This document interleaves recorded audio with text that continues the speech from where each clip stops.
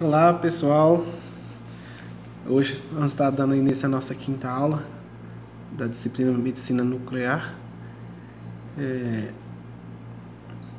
Nas aulas anteriores nós temos visto um pouquinho sobre a medicina nuclear e nessa última aula nós temos visto sobre o decaimento, o funcionamento desses radionuclídeos, e hoje nós vamos dar prosseguimento nessa aula. Nós vamos falar sobre a instrumentação dentro da medicina nuclear. O que seria a instrumentação? A detecção da radiação é fundamental para a prática da medicina nuclear. Todo o processo da ingestão desses radionuclídeos, do funcionamento do aparelho, tudo isso ele precisa ser monitorado, como está ocorrendo todo o seu funcionamento. A quantidade e o tipo de radioatividade administrada aos pacientes deve ser medida e documentada, Então, todo procedimento, tem esse protocolo, que for fazer no paciente, é preciso que esteja registrado, Conforme também a dose de radiação que vai ser administrada no paciente também precisa ser bem calculada. As áreas onde este trabalho é exercido devem ser monitoradas, para manter a segurança tanto da equipe de trabalho quanto dos pacientes. Então, é necessário todo esse cuidado, seguir corretamente esse protocolo para que nada venha dar errado, Ou seja, não venha pôr em risco nem a saúde do paciente quanto do trabalhador ou de toda a equipe. A radioatividade emitida pelo paciente, ela deve ser detectada para permitir uma localização temporal e espacial, necessária para a criação de imagem, É preciso ter todo esse controle do tempo necessário, E a localização por onde está passando esse radionuclídeo, os radiofármacos, até chegar o tecido ou o órgão desejado. Detectores de radiação. Existem dois tipos básicos de detectores de radiação que são utilizados em medicina nuclear. Temos ele tanto na forma gasosa, quanto para os sólidos.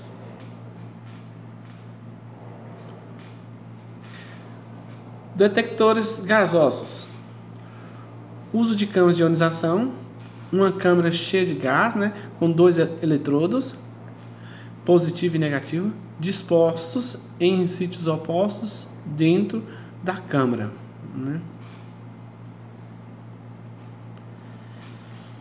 Existem 3 tipos de detectores gasosos, onde nós podemos citar aí o câmara de ionização básica, contadores proporcionais e contadores de Gay-Miller.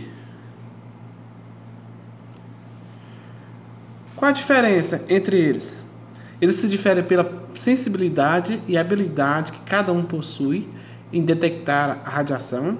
Desta forma, possuem aplicações bem específicas.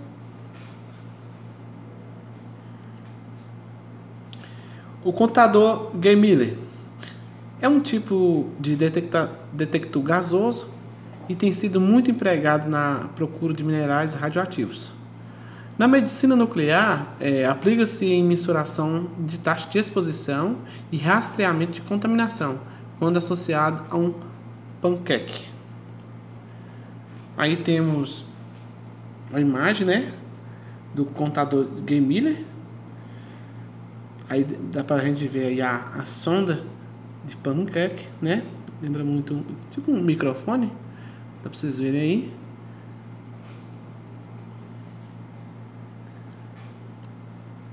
Câmara de ionização básica. Temos o curiômetro, que ele é um calibrador de dose.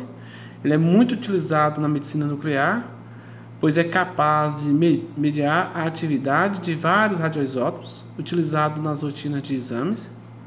Ele possui um contador de pulso onde é introduzido o material radioativo, e o monitor ou o display, onde se faz o ajuste e se observa a quantificação da radiação, né? Então, ele é muito comum dentro da medicina nuclear, né? Sua utilidade, muito fundamental para a medicina nuclear. O curiômetro. A medida de atividade é importante para que se saiba exatamente a dose administrada no paciente, né? Então, ele é de suma importância. Temos aí a imagem, né? Um pouquinho de uma calculadora, né? A gente vê aí.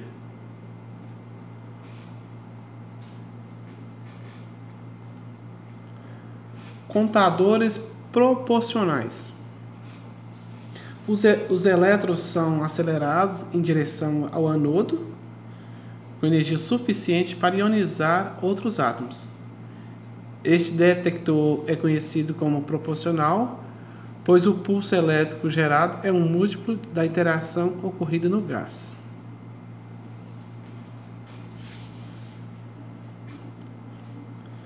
Olha a imagem de um contador proporcional, né?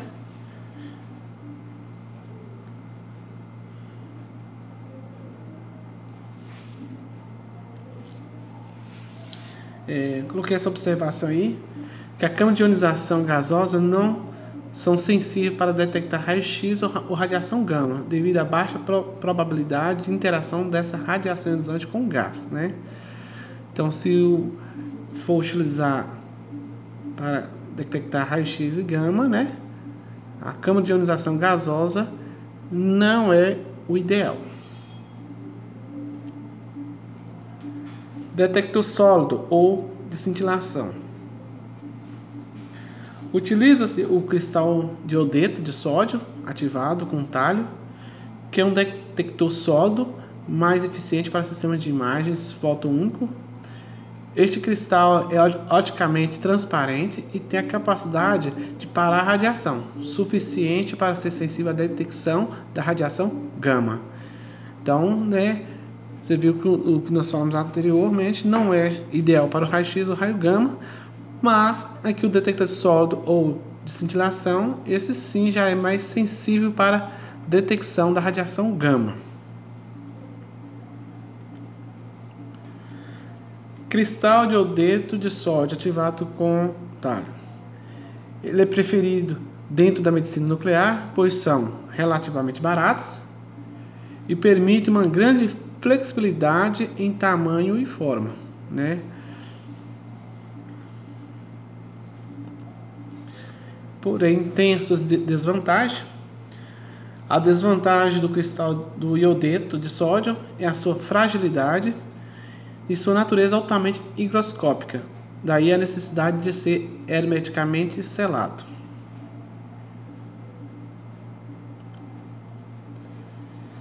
Temos aí essa figura, né, de um detector de cintilação, onde a radiação produz pequenos lampejos luminosos, né?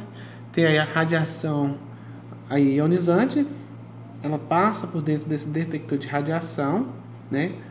Produz nessa luz, né? E é transformado, né, em um pulso elétrico.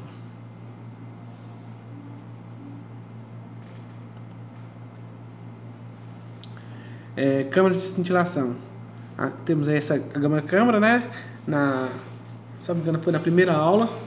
Eu mostrei uma figura muito parecida com esta, onde nós temos aí este aparelho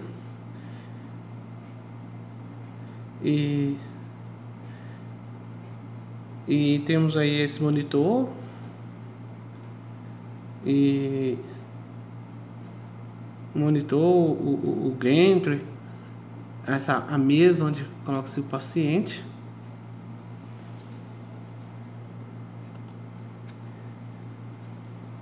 Equipamentos básicos da câmara de cintilação.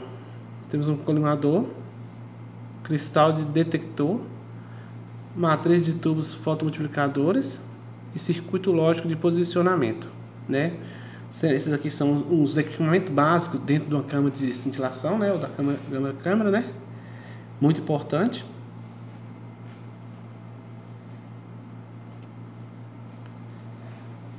Aí nessa figura nos componentes básicos, né?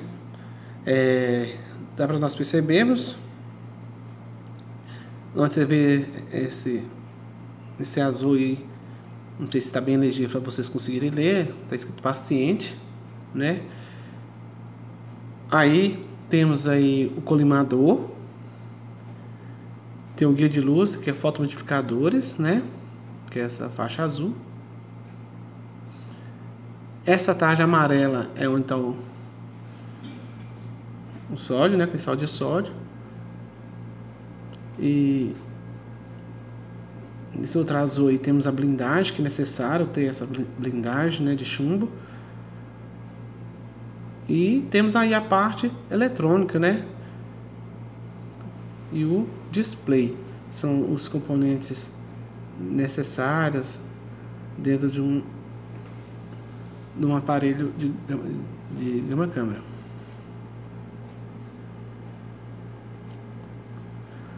Os colimadores é a primeira parte da gama câmara. Ele é potencialmente encontrável pelo fóton ao sair do paciente, né?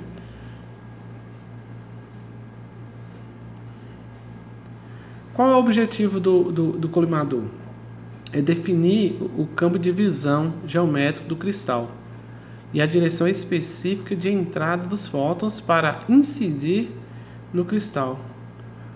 O colimador discrimina os fótons indesejados com base apenas na direção, né? O colimador é uma peça constituída de septos de chumbo e furos que permite a passagem da direção da radiação de um lado ao outro de sua estrutura, né? O colimador, ele é tipo, quem conhece um aparelho de raio-x, eu acredito que todos vocês devem já ter visto, é mais ou menos a mesma coisa, né? Tem aquele diafragma lá, você abre e fecha. Os colimadores, temos 3 tipos, né? Tem os colimadores de furos paralelos, observamos essa figura aí, né? Onde são essa seta aí superior, né? São os septos de chumbo, né? E o meio são furos, né? Como se fosse uma colmeia, né? Se observarmos bem assim, pra vocês entenderem melhor. E conforme a espessura do septo, que diz o tamanho da energia, né? O potencial dessa energia. Aí. O que determina a energia suportada pelos colimadores é a espessura de seus septos, né? Temos aí a de baixa energia, que é uma energia que varia de 140 keV, né?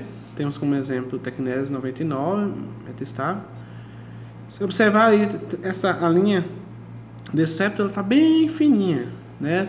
Porque a energia dele é bem mais fraca, né? Já suporta essa situação. Por isso que o tecnésio é tão comum, né, dentro da medicina nuclear.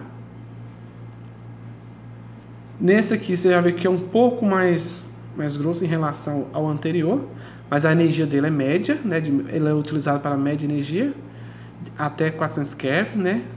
Temos o galho 67, né? Muito comum para o galho 67.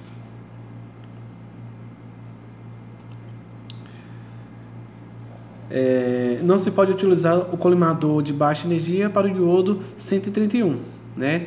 Olha só, esse é de alta energia. A energia é até 600 keV, né?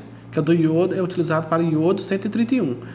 Olha só a espessura desse septo, né? Bem mais grosso do que em relação aos outros dois, ao qual nós temos visto, né? Então, se fosse usar no de baixa energia, que é utilizado para o tecnésio, né, 99, metastável, já não é o ideal. Por quê? A energia que o iodo já utiliza, né, 131, é de 600 keV, né? Então, já não teria condições para utilizar o de baixa energia para o iodo 131.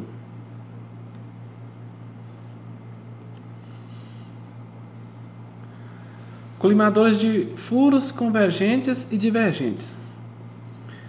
São colimadores que modificam o tamanho da projeção do objeto no cristal detector. Aí temos aqui essa figura do convergente,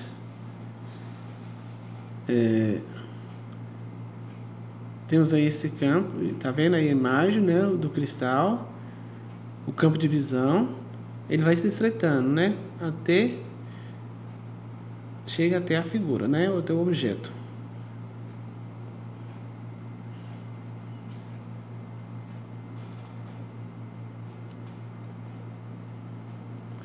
Temos aí agora esse conversor divergente, né, que é o colimador divergente.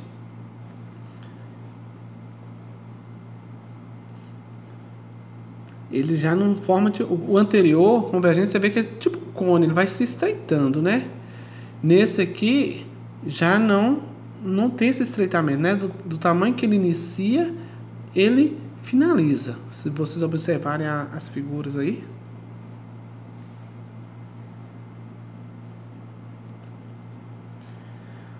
O que podemos dizer assim, o que difere o convergente do divergente, né, dos colimadores?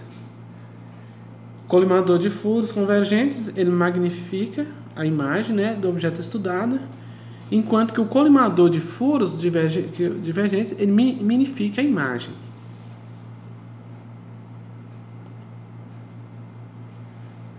Colimadores de furo único, ou pinhole, é muito utilizado para examinar pequenas estruturas anatômicas, como na cintilografia da tireoide, paratireoide, necrose de cabeça de fêmur ou ainda das vias lacrimais, né?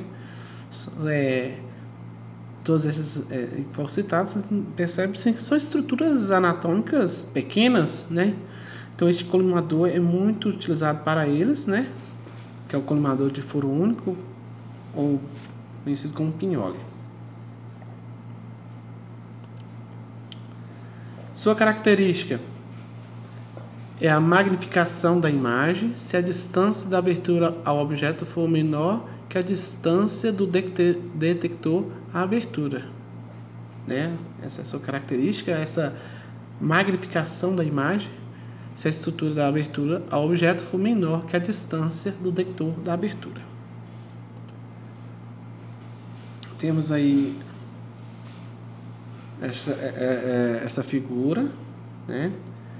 Imagem do colimador de furo único, muito parecido, vamos dizer, um cone, né? Você vê, ele é bem mais largo no início, onde se encontra o cristal, né? E conforme vai se aproximando, né, do objeto, ou seja, da parte qual vai ser estudada, ele vai ser o quê? Se estreitando, né? Isso é interessante, que vai emitir uma radiação boa, né?